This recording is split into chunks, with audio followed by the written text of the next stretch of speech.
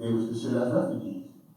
Now, what they did was, they had to reverse it. They went from being a refugees to a citizen, to a dwelling. And how that happened is, they first became a subject of the crown. Once they become a subject of the crown, and they lost that subject status, they went back to being a refugee, they fled. And they needed shelter, and they needed protection. They're not going to tell them, this is written in Tamara read the treaty, and then that treaty, that's what we gave them, right? Shelter and protection. So that means it was a refugee when he came to us. So whatever you taught in school, that's a lie. According to that document, your forefathers said it, and I'm going to go further. After the first treaty they signed, they went to France for shelter and protection. Then they went to the Little Navies. Month later, shelter and protection. Then, for some reason, the Emperor of Morocco, George Washington, wrote the Emperor of Morocco a letter. Now, let me straighten this out so everybody can understand this. When he wrote that letter, the letter was not sent on the other side of the world. He wrote that letter to the Moroccan government right here. See, they playing the game with the people, because they know the word America means the land of West. They know Morocco means the land of the far west. Why would people sitting in the eastern side of the world tell you that Morocco means the land of the far west? When you say the far western hemisphere, you're in the east, what are you talking about? You're not talking about down in Africa, because that's considered the east. All the way up to Asia, that's all in the east. So what are you talking about? The land in the far west. Talking about Morocco, which you call North America and South America, America. So you know it's kind of strange that they don't say the United States of the Cherokee, doesn't say the United States of the Wichita, doesn't say the United States of Great Britain, doesn't say the United States of France, doesn't say the United States of Spain, Portuguese, Germany. It says the United States of Morocco. Now let me say something. That means that you got two parents. I'm going to break that down what he said. You got a natural mother and you got an adopted mother. Your other parent threw your ass out the house and the other ones adopted you. That's what happened. Morocco adopted you, and you have to say United States of America, because what you're saying, the United States of the far west hemisphere, that's Morocco. See, they don't want to put that there because I wake the people up. So that's what he means. So y'all deal with what he said. He's right. They have two parents. One is the biological parent. They got kicked out of the house. Here comes another parent adopting you, taking you in their house and feeding you and taking care of you. You got two parents now. So that's what he's telling you. What the United States people were before they became citizens. Refugees. You hear me? Refugees. One, they're looking for shelter and protection. They don't have no dwelling. They came off a boat. Now, when the Little Navies, France, and Great Britain gave them political jurisdiction, they had a dwelling. That's how they became a citizen. Remember the word citizen come and play when it was under of the crown, they was called subjects. Then when the crown accepted them as political organization, they were named citizen. That means they got a dwelling now. They let you dwell and you dwell. That's how they got it. There was an infant. I told people of Morocco. You have to help Morocco. So now what they did is took the Aboriginal people and made us the surety. I'm going to show you what they did.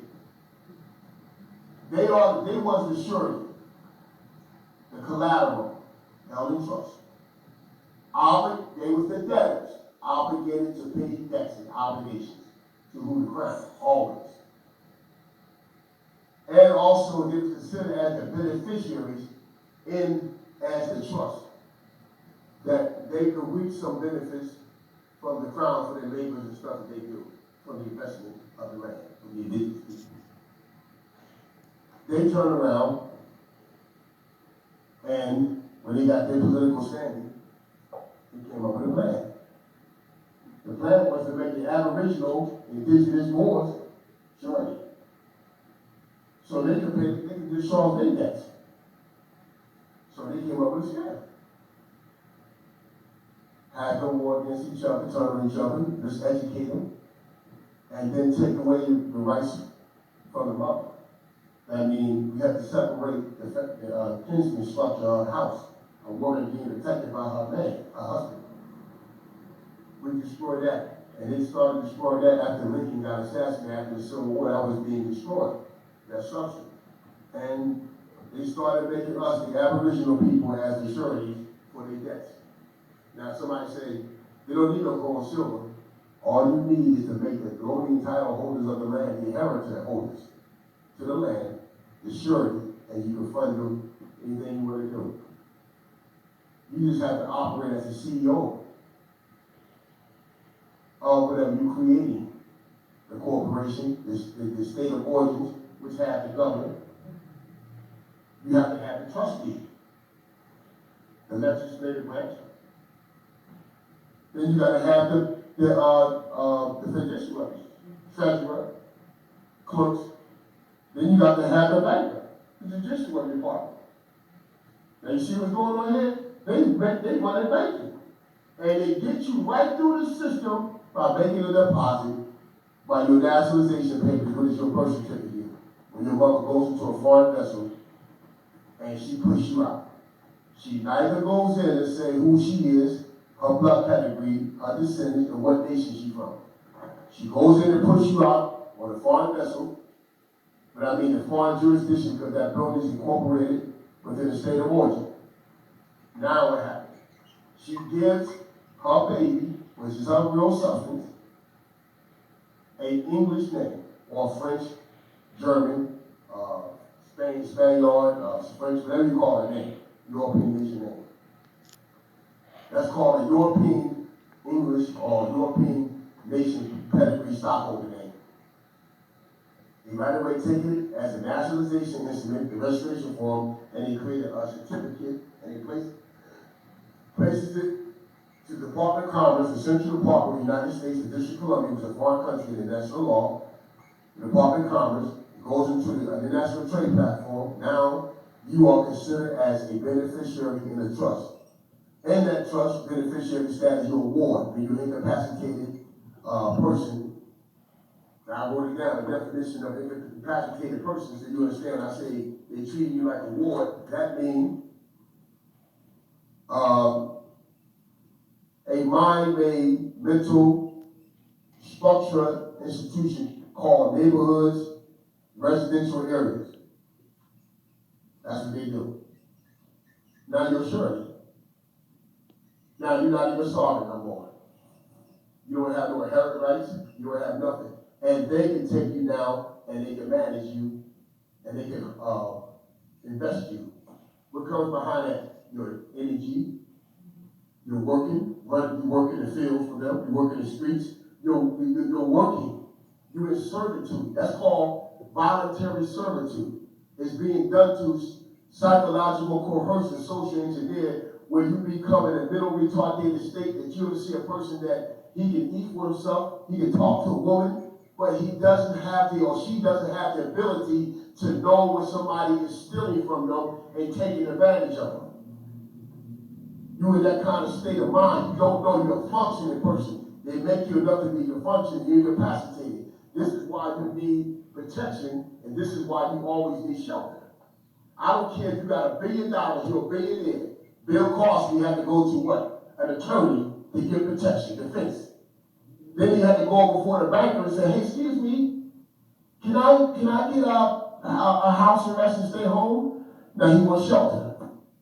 So with all that money, you still your status puts you right into that. Because they can take it right away through the jurisdiction because of your status. So they made us the surety. They made us the real substance of the properties held in trust as collateral. So now that the state of origin is the United States can run their business. Okay? The United States can run their business now. This is why it's important that we understand that we have people that have what you call synagogues. Out here is we need government structure.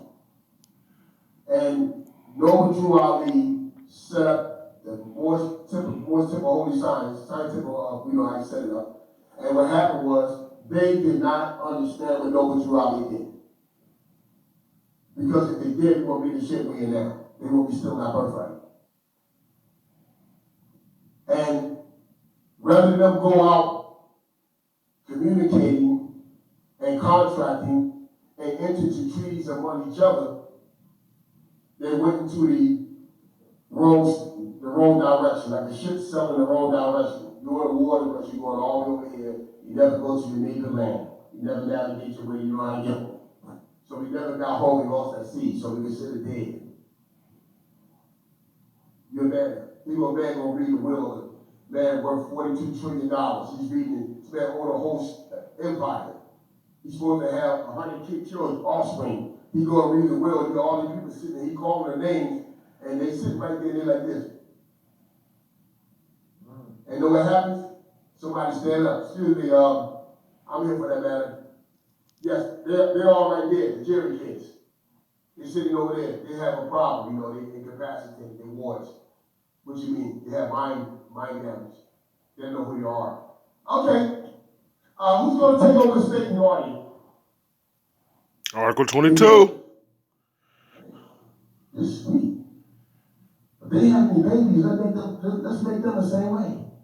Because they may have a relationship and have a baby. That baby may not come out be like them. But if they have any relationship, let's take a baby from them and let's psychological coercion and social engineer to be just like them, but function. That's what they're doing. Welcome to the mind control game.